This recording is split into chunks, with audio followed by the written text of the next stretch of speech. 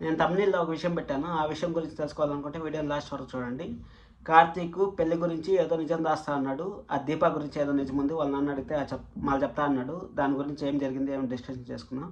బామ్మ జోష్నాకి ఎలా ఎక్కించింది, దీపాన్ని ఎలా బయట తోసేయాలనుకుంటా ఉంటారు. ఇన్ డెప్త్ రివ్యూలో తెలుసుకుందాం. మన ఛానల్ని సబ్స్క్రైబ్ కూడా చేసుకోండి.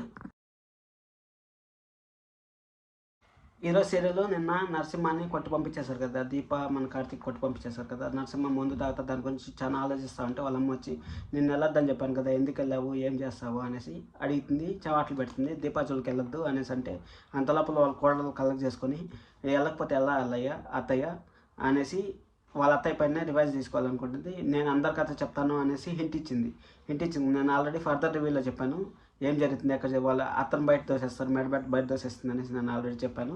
దాని గురించి ఎంత తక్కువ మాట్లాడుకుంటే అంత మంచిది. ఆ స్కిప్ చేసేసి మన కార్తీక్ ఆలోచిస్తూ ఉంటాడు. నిన్న జరిగిన దాని గురించి ఆలోచిస్తూ ఉంటాడు. ఏం ఆలోచిస్తూ ఉంటాడు అంటే జోష్ని అడిగిన దానికి సమాధానం చెప్పావా, నిన్న వాడు అడిగిన దానికి నీ దగ్గర ఏం సమాధానం ఉంది చెప్పావా అనే దానికి వాళ్ళ అమ్మకంతా ఎక్స్ప్లెయిన్ చేసిన దానికి మళ్ళీ మన దీపాతో మీకేం ప్రాబ్లం వచ్చింది నేను చూసుకుంటా అని చెప్పిన దానికి సౌర్యాన్ని ఎలా దగ్గర తీసుకోవాలో మన కార్తీక్ ఆలోచిస్తా అంటే అంత లోపల వాళ్ళ అమ్మ చాలా తినకుండా ఏం ఆలోచిస్తున్నావు కార్తీక్ అంటే ఏం లేదమ్మా ఊరికనే తినలేదు అనే కొద్దికి వాళ్ళ నాన్న వస్తాడు. వాళ్ళ నాన్న వచ్చి మన విదేశలింగం పంతులు గారు ఏం చేస్తా అంటారు, అసలు నువ్వేం చేసావు అక్కడ, ఏం జరిగింది, నీకు అవసరమా అనేసి మాట్లాడతాడు.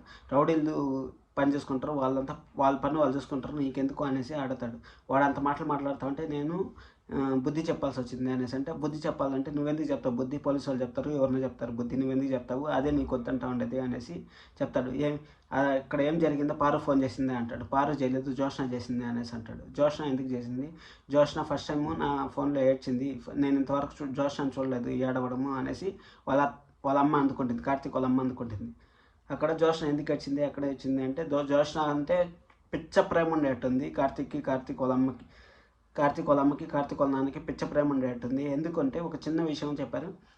జోష్న అంటే ఎందుకు ఇష్టం అంటే వాళ్ళ అమ్మ అంట, కార్తీక్ వాళ్ళ అమ్మ పేరు జోష్న అంట, అందుకోసం అనేసి చాలా ప్రేమ అంట వాళ్ళ అమ్మ అంటే జోష్న అంటే ఆవిడ గారికి. మళ్ళీ ఆయనకి వచ్చి కారు కొంటారంట, కొత్త కారు కొంటే అప్పుడు లైన్స్ పెడతా ఉంటే వాళ్ళ తాతయ్య వచ్చి ఈ విధంగా చేయడం తప్పు కదా అనేసి అంటే అప్పుడు వాళ్ళ నాన్న అనుకొని పర్లేదు మామయ్య ఏం కాదు, కార్ పైన గీతలు ఉన్నా పర్లేదు, జోష్ని ఆడవడం నేను చూడలేమన్నారంటే ఎంత ప్రేమ ఉందో అర్థం చేసుకోవచ్చు. అసలు కార్తీక్ వాళ్ళ అమ్మ నాకు ఇంత ప్రేమ ఉందని జోష్న పైన ఈరోజు నాకు తెలిసింది. మీకు తెలిసింటే లైక్ చేయండి.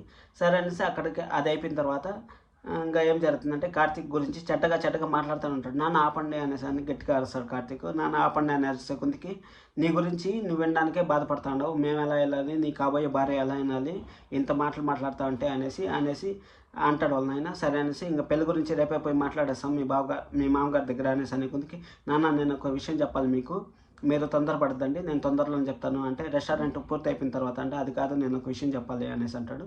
అదొక విషయం చెప్పాలి ఎందుకు అన్నాడు ఏమనేసి ఫర్దర్గా మనం డిస్కషన్ చేసుకుందాము. అది అయిపోయిన తర్వాత అక్కడి నుంచి వెళ్ళిపోతాడు. అక్కడి నుంచి వెళ్ళిపోతే వీడే ఆనంద్ అనుకుంటూ వెళ్ళిపోయాడు. అక్కడ జోష్న పరిస్థితి ఏమనుకుంది, జోష్న దగ్గరికి పోతుంది. జోష్న దగ్గరికి పోతే జోష్నని వాళ్ళ బామ్మ ఎక్కిస్తూ ఉంటుంది, దీపాన్ని ఇంట్లో నుంచి బయట తోసేయాలి అనేసి ఎక్కిస్తూ ఉంటుంది. మీ అమ్మాయి కదా ఇంట్లో రూలింగు, మీ అమ్మకి చెప్పు నువ్వు ప్రేమ వాళ్ళకి పోసేసి మీ అమ్మ ముందర దీపాన్ని ఇంట్లో నుంచి పంపించేయనేసి మన పారిజాతం గారు ప్లాన్ చేస్తూ ఉంటారు. అది తక్కువ షార్ట్ అండ్ స్వీట్గా మాట్లాడుకుందాం. అది అయిపోయిన తర్వాత మన శౌర్యాన్ని దీపాన్ని చూపిస్తారు. శౌర్య స్కూల్కి పోవాలనుకుంటూ ఉంటుంది. శౌర్య బామ్మ గురించి మన జోష్న గురించి వాళ్ళ అమ్మ గురించి మాట్లాడినా కానీ దీప కోప్పడదు, కార్తీక్ గురించి మాట్లాడకుండా కోప్పడుతుంది.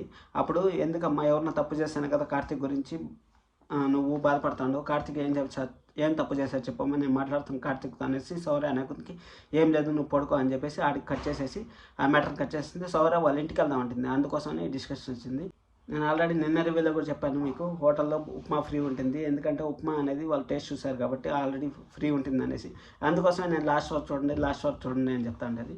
సరే అనేసి అది అయిపోయిన తర్వాత మన కార్తీక్ ఎంట్రీ అవుతాడు. కార్తీక్ ఎంట్రీ ఉప్మా తినేసి ఆ చిట్కా ఏమో నాకు కూడా చెప్పండి అనేసి అంటే అప్పుడు మా రెస్టారెంట్లో వాడుకుంటా అంటే అప్పుడు మన కడియం గారు టెన్షన్ పడిపోతారు. అయ్యో వీళ్ళకు హోటల్ ఉన్నాయి, అప్పుడు చెఫ్గా ఆ అమ్మాయి పనిచేయచ్చు కదా అంటే కార్తీక్ మనసులో కార్తీక్ అడిగేసి గమనం అయిపోతాడు. చెఫ్గా పనిచేయమంటే మన కార్తీక్ అడిగేసి ఆ దీపా గారు చైనా అనేసి అంటారు, అదంతా జరుగుతూ ఉంటుంది కదా.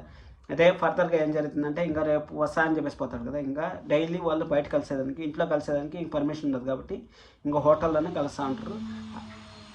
తమిళలో ఒక విషయం పెట్టాను కదా, పెళ్లి కాని అమ్మాయిని ఒక అబ్బాయి చూస్తే ప్రేమ అంటారు అనేసి, పెళ్ళైన అమ్మాయిని ఒక అబ్బాయి చూస్తే ఏమంటారు అనేసి, దానికి ఇప్పుడు క్లారిఫికేషన్ ఇస్తాను. దానికి ఏం తప్పుగా అనుకోవాల్సిన పని లేదు. ఎవరన్నా సరే ఒక బాధ్యత, ఏదన్నా ఒక ఇన్సిడెంట్ జరుగుతుంది వాళ్ళ పక్కన ఎవరు లేనప్పుడు మనం నిలబడటంలో ఎలాంటి తప్పు లేదు. ఇది నా ఉద్దేశము. మీకేమైనా తెలిసి కామెంట్ చేయండి. అలాగే ఇంత చూపు చూసారంటే వీడియో నచ్చిందని అనుకుంటున్నాను. లైక్ చేయండి, సబ్స్క్రైబ్ చేసుకోండి. Thank you for watching this video. Thank you so much. This is Kiran.